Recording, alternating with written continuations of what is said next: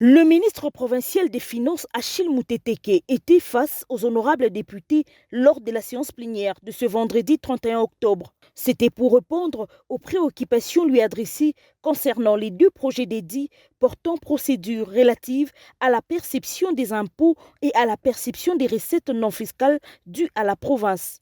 L'honorable Chizaïga a globalement posé la question sur le fondement juridique de la perception des recettes depuis la création au mois d'août 2024 des deux directions DIL et RNOF.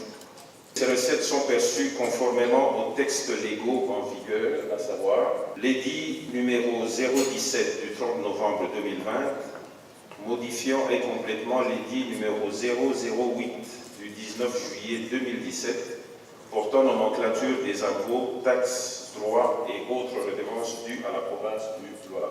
Aux préoccupations de l'honorable Max, la mention de la taxe sur le droit superficiel capté par le cadastre minier et de l'impôt sur la superficie des concessions minières. Ces deux actes générateurs de recettes sont bien distincts et perçus respectivement l'un au niveau du pouvoir central et l'autre au niveau de la province et nationale. Relativement aux préoccupations de l'honorable Malouka, l'absence d'un arrêté portant organisation et fonctionnement des deux régies financières. Il y a lieu de noter qu'il existe deux arrêtés provinciaux. Nous ferons le devoir de déposer ces deux textes à la Commission.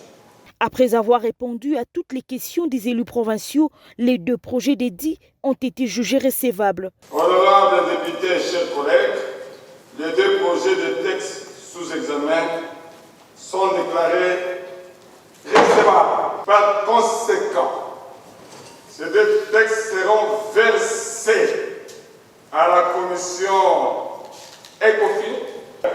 Président ECOFIN, je vous informe que, comme moi j'aime toujours la collaboration, j'avais aussi préparé l'édit sur cette matière et j'avais même échangé avec le ministre. Moi je l'avais intitulé « Proposition d'édit fixant les règles de perception des impôts, droits, taxes et redevances dus à la province du Loire ».